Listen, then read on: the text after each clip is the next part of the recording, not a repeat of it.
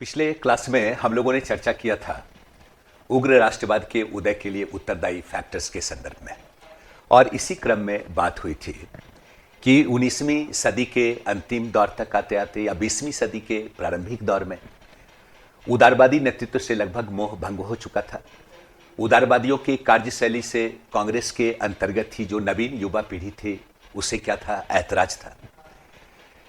British चरित्र की बेहतर समझ हो चुकी थी। ऐसे तमाम युवा पीढ़ी के लोग भारत के गौरवमयी अतीत से प्रेरणा ले रहे थे, प्रभावित थे आर्य समाज आंदोलन से, प्रभावित थे रामकृष्ण मिशन आंदोलन से, प्रभावित थे बंकिम चंद्र चटर्जी की रचना से, प्रभावित थे अंतर्राष्ट्रीय घटनाक्रम से। चूंकि उन्हें लग रहा था कि जापान जैसा छोटा कंट्री जब सोवियत रूस को पराजित कर सकता है, इथोपिया इटली को पराजित कर सकता है, तो क्या भारतीय संगठित होकर ब्रिटिश व्यवस्था को चुनौती नहीं दे सकते। मतलब स्पष्ट हो चुका था कि उग्र राष्ट्रवाद क्या था, अस्तित्व में आ चुका था। ठीक है। और इसी समय हम लोगों ने पढ़ा था कर्जन की प्रतिक्रियावादी नीति। और कर्जन की प्रतिक्रियावादी नीति के तहत जिस टॉपिक की हम लोगों ने चर्चा की थी उसमें था क्या, Calcutta corporation act. Calcutta corporation act के तहत आप लोगों ने पढ़ा था कि कर्जन ने क्या किया,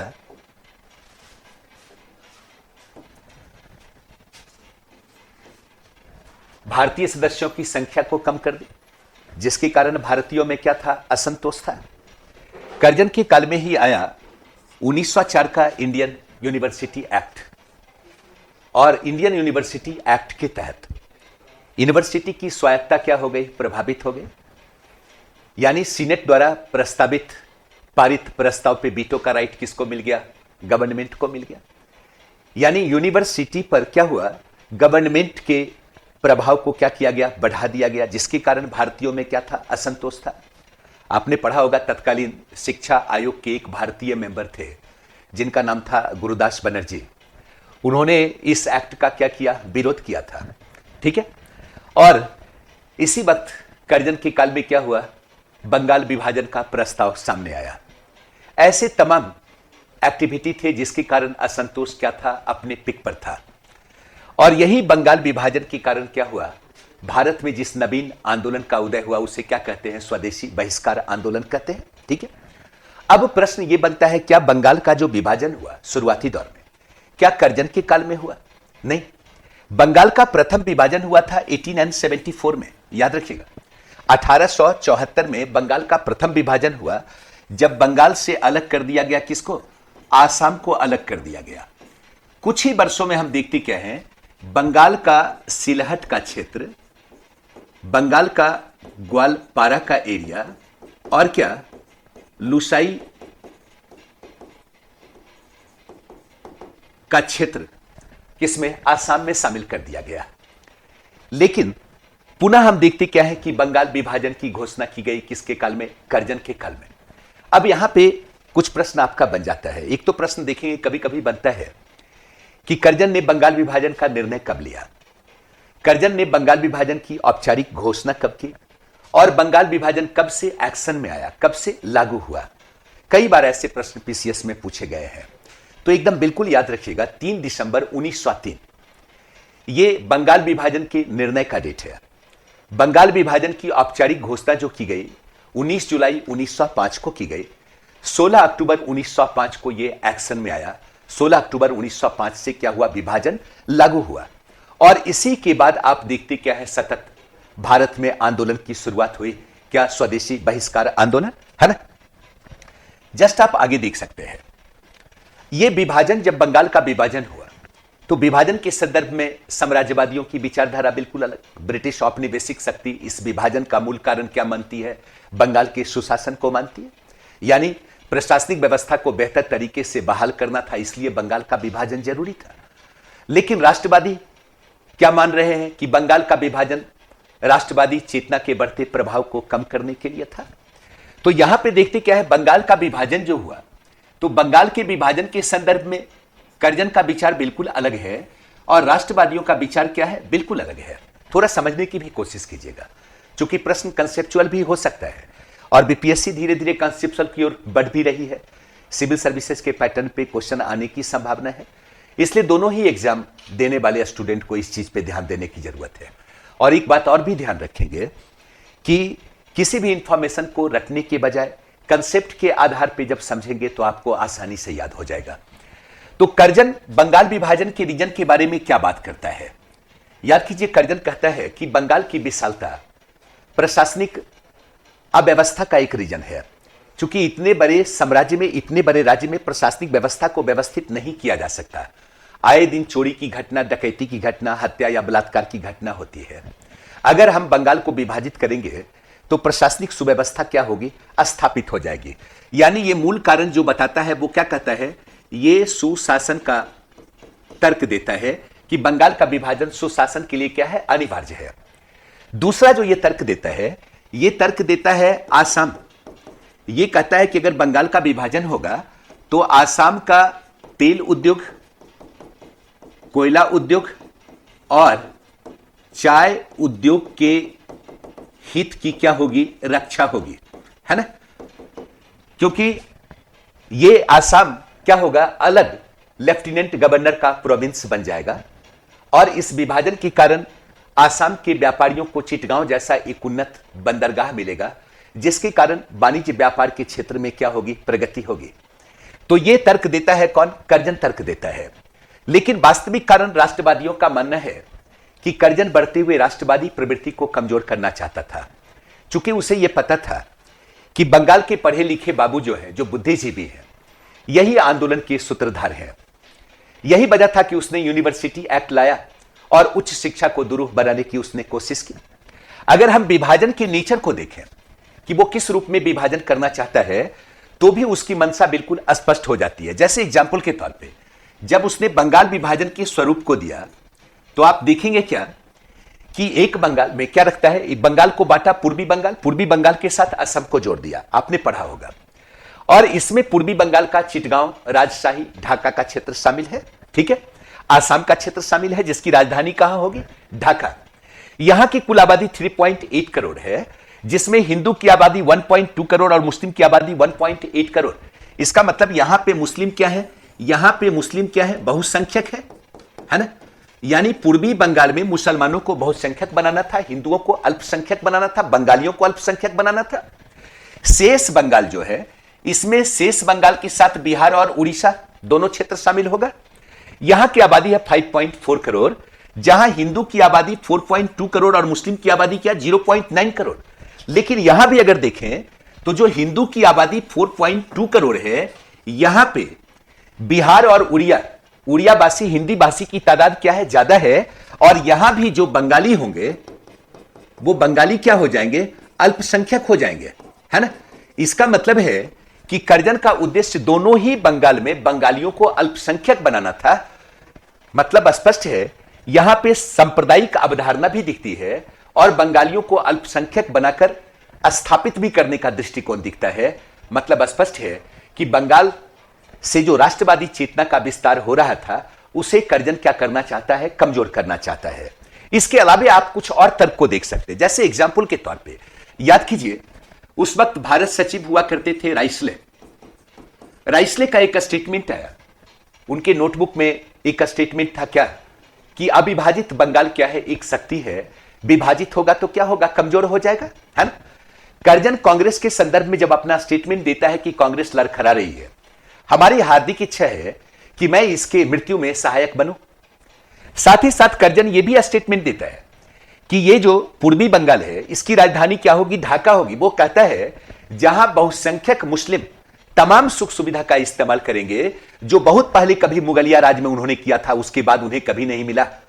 मतलब स्पष्ट है कि कर्जन सांप्रदायिक आधार पर इस बंटवारे को अंजाम देना चाहता है। कर्जन चाहता है कि बढ़ते हुए राष्ट्रवादी प्रवृत्ति को क्या किया जाए? कमजोर किया जाए। और यही मूल रीजन भी है बंगाल के विभाजन का। समझ सकते हैं? नेक्स्ट अगर देखते हैं हम लोग, अब मुद्दा बनता है कि विभाजन चिंताजनक क्यों? ऐसा तो नहीं हुआ कि बंगाल का विभाजन हुआ तो तमाम भारतीय एकाएक परेशान हो गए होंगे। सबसे पहले परेशानी तो बंगाल के लोगों को ही होगी, बंगाल के राष्ट्रवादियों को, बंगाल के बुद्धिजीवियों के, बंगाल के आम आवाम को। और जब धीरे धीरे यह मुद्दा बना कि बंगाल विभाजन सिर्फ बंगाल का मुद्दा या भारत का मुद्दा, तो उग्र राष्ट्रवादियों ने कहा भाई नहीं, इसे भारत का मुद्दा बनाया जाए, अखिल भारतीय स्तर पे हम स्वदेशी बहिष्कार आंदोलन करेंगे। तो कालक्रम में क्या हो गया, यह अखिल भारतीय मुद्दा बन गया। लेकिन शुरुआती दौर में बंगाल के बंगाली क्या थे, चिंतित थे, वहां के राष्ट्रवादी चिंतित थे, क्योंकि उन्हें मानना था कि बंगाल के इस विभाजन के कारण क्या होगा, हिंदू और मुसलमानों के बीच मतभेद बढ़ेगा। उनका यह भी मानना था, खासकर वहां के जो वकील वर्ग थे, जो कलकत्ता हाईकोर्ट से जुड़े हुए थे, उन्हें अपने वकालत पर खतरा नजर आ रहा था, क्योंकि एक एरिया तो पूर्वी बंगाल में जाता, ठीक है। काम करने वाले जो क्लर्क किरानी या छोटे अधिकारी के रूप में लोग थे, उन्हें भी अपनी नौकरी पे खतरा मंडराता हुआ दिखाई दे रहा था। कलकत्ता के जूट व्यापारी, चावल व्यापारी को अपना हित प्रभावित होता हुआ दिखाई दे रहा था। यही वजह था कि बंगाल के राष्ट्रवादी, बंगाल के बुद्धिजीवी, बंगाल के व्यापारी क्या थे, परेशान थे, चिंतित थे इस विभाजन के कारण। और तब आप देखते क्या है कि बंगाल विभाजन का क्या किया गया, विरोध किया गया। अब प्रश्न उठता है कि बंगाल विभाजन का प्रारंभिक विरोध किसने किया, चूंकि बंगाल विभाजन का निर्णय लिया गया 3 दिसंबर 1903 को। जब बंगाल विभाजन का निर्णय लिया गया तो सबसे पहले बंगाल विभाजन का विरोध किया उदारवादियों ने। आप बात कर सकते हैं किसके, एसएन बनर्जी की बात कर सकते हैं, आप बात कर सकते हैं किनका, कृष्ण कुमार मित्र की बात कर सकते हैं, कृष्ण कुमार मित्र, पृथ्वी चंद्र राय की बात कर सकते हैं। इन तमाम लोगों ने बंगाल विभाजन का क्या किया, विरोध किया। खासकर आप देखते क्या है, बंगाली पत्रिका के माध्यम से, हितवादी पत्रिका के माध्यम से, संजीवनी पत्रिका के माध्यम से, है ना। अब यहां पे एक क्वेश्चन यह भी बन सकता है, बंगाली किसकी रचना, कौन, एसएन बनर्जी, संजीवनी कृष्ण कुमार मित्र, हितवादी कौन, गोखले, ठीक है। तो ऐसे तमाम पत्रिकाओं के माध्यम से बंगाल विभाजन का सतत विरोध चल रहा था, और ऐसे तमाम उदारवादी नेता इस विभाजन का क्या कर रहे थे, विरोध कर रहे थे। 1905 में जब औपचारिक घोषणा सामने आई तो विभाजन के विरुद्ध बहुत बड़ी प्रतिक्रिया व्यक्त की गई, और इसके लिए क्या हुआ, स्वदेशी आंदोलन की घोषणा हुई। कब, 7 अगस्त 1905 को कलकत्ता के टाउन हॉल में एक मीटिंग का आयोजन किया गया, जिसमें उदारवादी नेताओं ने भी शिरकत किया, उग्रवादी नेताओं ने भी शिरकत किया। अरविंद घोष, लाजपत राय, तिलक, बिपिन चंद्र पाल, ऐसे तमाम नेता क्या हुए, इसमें शामिल हुए। और तब यहां पे क्या, स्वदेशी आंदोलन की घोषणा की गई। अब यहां पे एक क्वेश्चन और बन सकता है कि कलकत्ता के टाउन हॉल में इस मीटिंग की अध्यक्षता किसने की, इस मीटिंग की अध्यक्षता की, याद रखिएगा, मनिंद्रनाथ नंदी ने। इस मीटिंग की अध्यक्षता किसने किया, मनिंद्रनाथ नंदी ने किया, ठीक है। आगे देखते हैं कि जब 16 अक्टूबर के दिन बंगाल विभाजन एक्शन में आया, तो उस बंगाल विभाजन के दिन क्या किया गया, उसे शोक दिवस के रूप में आयोजित किया गया, शोक दिवस मनाया गया, हड़ताल का आयोजन किया गया। टैगोर के अनुरोध पर, टैगोर के विचार पर लोगों ने एक दूसरे के कलाई में राखियां बांधी। कई बार क्वेश्चन पूछता है कि यह सुझाव किसने दिया, रविन्द्रनाथ टैगोर ने दिया। वंदे मातरम का क्या हुआ, गान हुआ। यानी इस रूप में शोक दिवस का आयोजन किया गया, क्या, 16 अक्टूबर को, जिस दिन यह विभाजन एक्शन में आया। ऐसा नहीं कि सिर्फ हिंदुओं ने ही, बल्कि मुसलमानों के आम सभा का आयोजन हुआ। प्रश्न पूछता है किसकी अध्यक्षता में, अब्दुल रसूल की अध्यक्षता में, जिसमें लियाकत अली भी शिरकत कर रहे थे, अन्य नेता भी शिरकत कर रहे थे, जिसमें इन तमाम मुस्लिम नेताओं ने यह निर्णय लिया कि इस आंदोलन में हम मुसलमान हिंदुओं का भी साथ देंगे। इसका मतलब स्पष्ट है कि कुछ ऐसे भी मुस्लिम थे जो इस विभाजन को पॉजिटिव नहीं मानते थे, उन्होंने भी प्रतिक्रिया व्यक्त की। तब आगे आपका जहां से क्वेश्चन बनता है, वो क्वेश्चन बनता क्या है कि कांग्रेस अधिवेशन के दौरान इस मुद्दे पे किस प्रकार का प्रस्ताव पारित किया गया। याद कीजिएगा, 1905 में बनारस में अधिवेशन हुआ, जिसकी अध्यक्षता की थी गोखले ने। तो गोखले ने बंगाल विभाजन की आलोचना की, बंगाल विभाजन की निंदा की, और यह निर्णय लिया गया कि इसके अगेंस्ट अभियान किया जाएगा, इसके अगेंस्ट क्या किया जाएगा, स्वदेशी आंदोलन किया जाएगा, ठीक है। जस्ट 1906 में कलकत्ता में कांग्रेस का अधिवेशन हुआ। चूंकि 1906 में ही एक्टिविटी तीव्र हुई, तेज हो गई, और उस वक्त तक उग्र राष्ट्रवादी ये सोचने लगे थे कि कांग्रेस का जो अधिवेशन हो उसकी अध्यक्षता या तो तिलक करे या लाजपत राय करे। लेकिन उदारवादी ने क्या किया, नेहरू जी को प्रोजेक्ट किया। मामला क्या हुआ, थोड़ा ठंडा हुआ। नेहरू जी ने क्या की, कलकत्ता कांग्रेस की अध्यक्षता की और उग्रवादियों के दबाव में इस 4 भारी भरकम प्रस्ताव को स्वीकार किया गया। यानी ये चारों प्रस्ताव एक्सेप्ट किया गया कलकत्ता अधिवेशन में। क्या, स्वदेशी, स्वराज, बहिष्कार और राष्ट्रीय शिक्षा। ध्यान रखिएगा। अब मुद्दा बनता है कि आंदोलन का नेतृत्व किसने किया। जैसे बंगाल में तो कई राष्ट्रवादी थे जो आंदोलन का नेतृत्व पहले से ही कर रहे थे, लेकिन बंबई में आंदोलन का नेतृत्व किसने किया। याद रखिएगा, बंबई में आंदोलन का नेतृत्व किया था तिलक ने। जब आप बिपिन चंद्र को पढ़ेंगे तो तिलक की पुत्री केतकर का भी जिक्र कहीं कहीं मिल जाता है। इसका मतलब है कि बंबई में तिलक ने और केतकर ने आंदोलन को नेतृत्व दिया, है ना। पंजाब में आंदोलन का नेतृत्व किसने दिया, याद रखिएगा, लाजपत राय। और किसने, अजीत सिंह ने, है ना। ठीक उसी प्रकार मद्रास में चिदंबरम पिल्लई, सुब्रह्मण्यम अय्यर और आनंद चार्लू ने आंदोलन में शिरकत किया। ठीक है। ठीक इसी प्रकार देखते हैं दिल्ली में किसने, हैदर राजा ने आंदोलन को नेतृत्व दिया। यानी अलग अलग क्षेत्र में आंदोलन को नेतृत्व देने वाले अलग अलग नेता आपको देखने को मिलते हैं। यानी इन्हीं के नेतृत्व में आंदोलन की क्या हो गई, शुरुआत हो गई। अब आंदोलन के दौरान यह जरूरी था कि आवाम को इस आंदोलन के लिए लामबंद किया जाए, क्योंकि उदारवादियों का यह मानना था कि मुद्दा बंगाल का है, आंदोलन बंगाल तक ही सीमित हो। उदारवादियों का मानना था कि बहिष्कार सीमित रूप में हो, लेकिन उग्रवादी चाहते थे नहीं, यह मुद्दा बंगाल का नहीं बल्कि अखिल भारतीय मुद्दा है, इसलिए अखिल भारतीय स्तर पर आंदोलन होगा और सीमित बहिष्कार नहीं होगा। बहिष्कार भी बृहत रूप में होगा।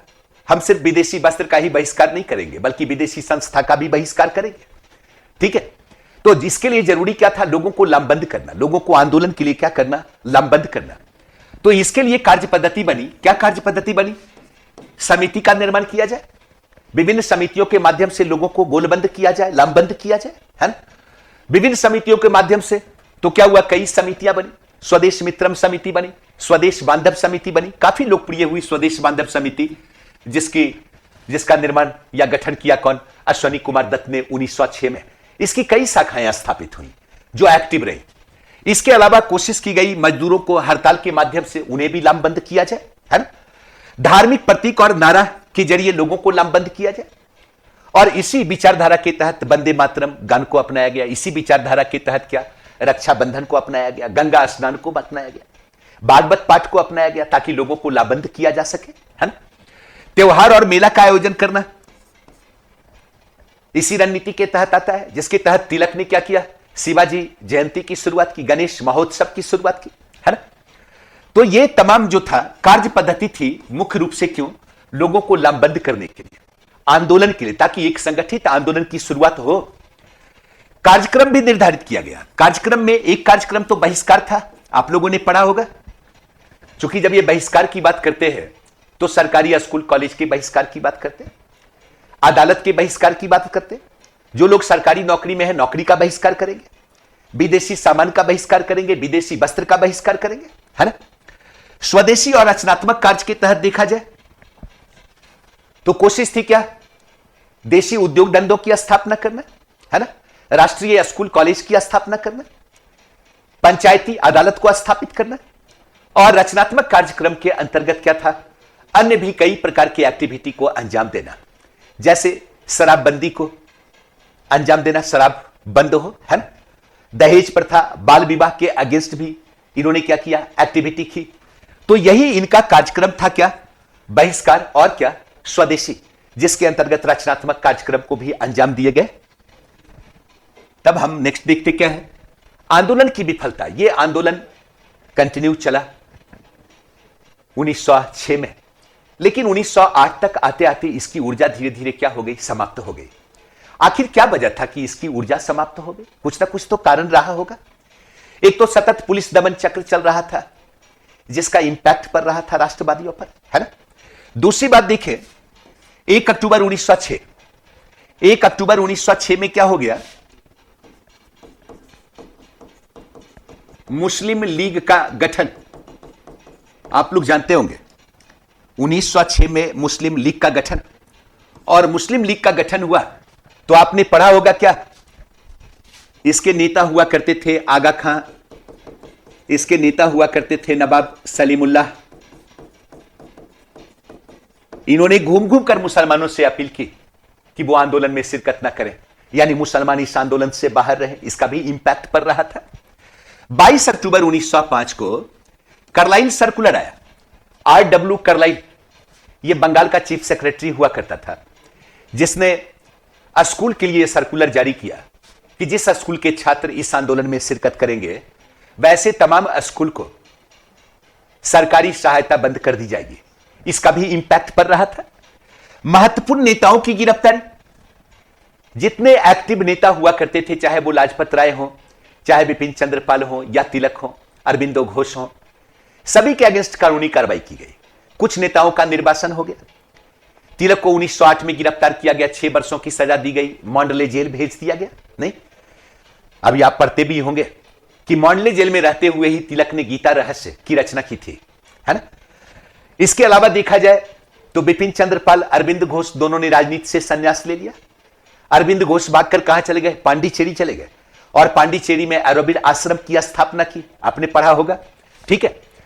एक महत्वपूर्ण कारण क्या था, सामाजिक आधार भी कमजोर था, क्योंकि किसी भी आंदोलन की सफलता इस बात पर निर्भर करती है कि उसका सामाजिक आधार कितना विस्तृत है। जैसे आप आगे पढ़ेंगे, महात्मा गांधी के नेतृत्व में असहयोग आंदोलन होता है, महात्मा गांधी के नेतृत्व में सविनय अवज्ञा आंदोलन होता है, महात्मा गांधी के नेतृत्व में क्विट इंडिया मूवमेंट होता है। जिस आंदोलन का सामाजिक आधार विस्तृत होता है उसका इंपैक्ट पड़ता है, ब्रिटिश हुकूमत दबाव में आती है। यानी किसी भी आंदोलन की सफलता इस बात पर निर्भर करती है कि उसका सामाजिक आधार कितना विस्तृत है। अगर सामाजिक आधार संकीर्ण है तो आंदोलन क्या होगा, असफल हो जाएगा, फेल्योर हो जाएगा। अगर गौर से देखा जाए तो मुख्य रूप से अगर कहा जाए तो छात्र भी शामिल थे, मध्यम वर्गीय बुद्धिजीवी भी शामिल थे, किसान भी शामिल थे, जमींदार भी शामिल थे, मुसलमान भी शामिल थे। लेकिन अगर एक्चुअल देखा जाए तो आप यह कह सकते हैं कि बारदोली को छोड़कर कहीं भी किसी अन्य क्षेत्र का किसान आंदोलन में शिरकत नहीं कर रहा था। यानी बहुसंख्यक आबादी किसानों की थी, किसान इस आंदोलन में शामिल नहीं। बहुसंख्यक आबादी मजदूरों की, मजदूर इस आंदोलन में शामिल नहीं। मुस्लिम लीग के गठन के बाद जब मुस्लिम लीग ने आंदोलन का विरोध किया तो आम मुसलमान का भी सहयोग आंदोलन को नहीं मिला। कहने का मतलब है कि इस आंदोलन में किसानों की भागीदारी, श्रमिकों की भागीदारी, आम मुसलमानों की भागीदारी या अधिकतम जमींदारों की भागीदारी लगभग नहीं रही या सीमित रही, तो वैसी स्थिति में आंदोलन भला कैसे सफल होता। आंदोलन की असफलता का एक बहुत बड़ा रीजन यह भी था। आंदोलन असफल हुआ क्यों, यह अलग बात है कि बंगाल विभाजन के मुद्दे पे उदारवादी उग्रवादी दोनों एक मंच पर आ गए, लेकिन वैचारिक मतभेद तो शुरू से ही कायम था। चूंकि उदारवादियों की कार्य पद्धति से ऐतराज थी, उदारवादियों की अनुनय विनय की नीति से ऐतराज थी। आंदोलन की जब शुरुआत हुई तो आंदोलन बंगाल के स्तर पे हो या अखिल भारतीय स्तर पे हो, बहिष्कार सीमित हो या संपूर्ण बहिष्कार हो, इस मुद्दे पे क्या थी, दोनों में मतभेद था। मतभेद लगातार चल रहा था। 1906 में कांग्रेस का अधिवेशन हुआ तो उग्रवादियों के दबाव में कांग्रेस ने प्रस्ताव स्वीकार कर लिया, स्वदेशी स्वराज, बहिष्कार और क्या, राष्ट्रीय शिक्षा। जब 1907 का अधिवेशन हुआ तो याद रखिएगा 1907 का अधिवेशन कहां होना था, नागपुर में होना था। 1907 का अधिवेशन नागपुर में होना था। उग्रवादी चाहते थे कि इस अधिवेशन की अध्यक्षता तिलक करे, चूंकि महाराष्ट्र में उग्रपंथियों का क्या था, प्रभाव ज्यादा था। लेकिन उदारवादी इसके पक्ष में नहीं थे। यही वजह था कि फिरोज शाह मेहता ने राष्ट्रीय घोष को क्या बनाया, अध्यक्ष बनाया। यही मुद्दा था। क्या आंदोलन कहां हो, इस मुद्दे पे, अध्यक्षता कौन करे, इस मुद्दे पे। यही मतभेद के कारण क्या हुआ, सूरत में कांग्रेस की फूट हो गई। परिणाम क्या हुआ, आंदोलन विफल हुआ। उग्रवादियों को क्या करना, दमन का शिकार बनाना क्या हो गया, आसान हो गया। आंदोलन यहीं से क्या हुआ, बिखर गया। अब आगे जो मुद्दा आपका बनता है वो मुद्दा बनता है कि आंदोलन बिल्कुल असफल नहीं रहा, बल्कि आंदोलन की अपनी कुछ उपलब्धियां भी रही। कहा जाता है कि बहिष्कार काफी सफल रहा। अब यहां पे भी एक क्वेश्चन बनता है कि बहिष्कार का विचार सबसे पहले किसने दिया। याद रखिएगा बहिष्कार का पहला विचार जो आया वो आया था संजीवनी ने। संजीवनी पत्रिका किसने, याद रखिएगा कृष्ण कुमार मित्र। कृष्ण कुमार मित्र ने ही सर्वप्रथम बहिष्कार का विचार दिया और बहिष्कार का सफल दिया। स्वदेशी के पक्ष में कई प्रकार के कार्य किए, राष्ट्रीय स्कूल कॉलेज की स्थापना हुई, औद्योगिक केंद्र प्रतिष्ठान की स्थापना हुई, तकनीकी के क्षेत्र में भी प्रगति हुई, सांस्कृतिक महत्व के कई कार्य हुए। इसी परिप्रेक्ष्य में प्रथम औद्योगिक मेला का आयोजन रमेश चंद्र दत्त की अध्यक्षता में 1906 में की गई थी। ठीक है। बीसीआई के नेतृत्व में क्या हुआ, बंगाल केंद्र फैक्ट्री की स्थापना की गई। रविन्द्रनाथ टैगोर ने शांति निकेतन की तर्ज पर क्या बनाया, बंगाल नेशनल कॉलेज की स्थापना की, जिसके प्रथम प्रिंसिपल कौन बने, प्रिंसिपल बने अरविंद घोष। आपने पढ़ा होगा। रविन्द्रनाथ टैगोर ने आवाज सोनार बंगला गीत लिखा। आवाज सोनार बंगला गीत लिखा यही 1971 में, यही 1971 में क्या बना, बांग्लादेश का राष्ट्रीय गान बना। ठीक है। दक्षिणावर्त में नेतृत्व में ठाकुर कुमार झूली की रचना की, सुब्रमण्यम भारती ने स्वदेश गीतम की रचना की और भारतीय कला पर से पाश्चात्य प्रभाव को कम करने के लिए अवनींद्रनाथ टैगोर ने इंडियन ओरिएंटल आर्ट की स्थापना की, जिसका प्रथम छात्रवृत्ति किसको मिला? जिसकी प्रथम छात्रवृत्ति मिली, याद रखिएगा, नंदलाल बोस को, है ना? ये तमाम उपलब्धियां रही। इसके अतिरिक्त आप देखें तो यही स्वदेशी बहिष्कार आंदोलन ने क्या किया? गांधी के आंदोलन के लिए क्या किया? पृष्ठभूमि का निर्माण कर दिया। ठीक है, क्योंकि जब आप बहिष्कार की बात करते हैं, बहिष्कार क्या है? असहयोग, यानी सरकार के साथ अपने सहयोग को समाप्त कर देना। तो आप बहिष्कार कहें, आप सहयोग कहें, बिपिन चंद्र पाल इसी को इसके लिए प्रतिरोध करते हैं, ये तीनों क्या है? एक ही चीज है। ठीक है, तो ये क्या रही? उपलब्धियां रही। कभी कभी देखिएगा क्वेश्चन अमर सोनार बंगला, ये अमर सोनार बंगला है। ठीक है, क्वेश्चन बनता है। ओके, आप देखिए क्या, अगर आप इसके प्रभाव की बात करें, बंगाल विभाजन के प्रभाव की बात करें, तो एक बात तो स्पष्ट है कि इस बीच ब्रिटिश सरकार ने कई ऐसे कानून बनाए जिस कानून के माध्यम से आंदोलन का दमन किया जा सके, और इसी के तहत उग्रवादियों को कुचलना क्या हो गया? आसान हो गया। एक ही बात तो ये दिखता है। दूसरा, ब्रिटिश सरकार दबाव में थी, क्योंकि ब्रिटिश सरकार ने देखा कि उग्रवादी दोनों के बीच मतभेद बढ़ रहा है, तो अगले सुधार के संदर्भ में उन्होंने वादा किया उग्रवादियों से कि सुधार आपके पक्ष में होगा, ताकि उग्रवादी के बीच क्या हो, गैप बढ़े। और इसी परिप्रेक्ष्य में 1909 का क्या मामले में तो सुधार किया है, कह सकते हैं। ठीक है, इसके अतिरिक्त बात करें तो 1911 में क्या हुआ? 1911 में ये बंगाल विभाजन क्या हो गया? निरस्त कर दिया गया। बंगाल विभाजन निरस्त कब हुआ? 1911 हार्डिंग का काल, है ना? और तब आप देखते क्या है, आसाम को एक सेपरेट प्रोविंस बना दिया गया, है ना? बिहार, उड़ीसा क्या बन गया? एक सेपरेट प्रोविंस बन गया। बंगाल एक सेपरेट प्रोविंस बन गया। मुसलमानों को खुश करने के लिए क्या किया गया? राजधानी को कलकत्ता से कहां लाया गया? दिल्ली लाया गया, ताकि मुसलमान पुराना मुगलिया ग्लैमर को याद करके खुश हो। ये तमाम प्रकार की एक्टिविटी हुई, और आप देखेंगे कि स्वदेशी बहिष्कार आंदोलन से लगभग जो क्वेश्चन बनता है वो इसी के इर्द गिर्द बनता है। एक आध चीज और भी ध्यान रखिएगा, कर्जत के काल में पुरातत्व विभाग की स्थापना हुई है। प्राचीन स्मारक अधिनियम भी जो आया वो कर्जत के काल में आया था, 1904 में पुरातत्व विभाग अस्तित्व में आया था कर्जत के काल में। दूसरा याद कीजिए 1902 का फ्रेजर आयोग, एंड्रयू फ्रेजर की अध्यक्षता में, जिसका संबंध किससे था? पुलिस सुधार से था। ये भी किसके काल में? कर्जत के काल में। तो ये आपका कंसेप्ट के स्तर पे, इंफॉर्मेशन के स्तर पे क्या है? पूरा इंफॉर्मेशन भी है, समझना भी बिल्कुल आसान है। आप आराम से इसको लिख सकते हैं, कर सकते हैं, और ये क्वेश्चन आपका बनेगा। और जब अच्छा लगे तो लाइक कीजिए, सब्सक्राइब कीजिए, खूब शेयर कीजिए। ठीक है, थैंक यू।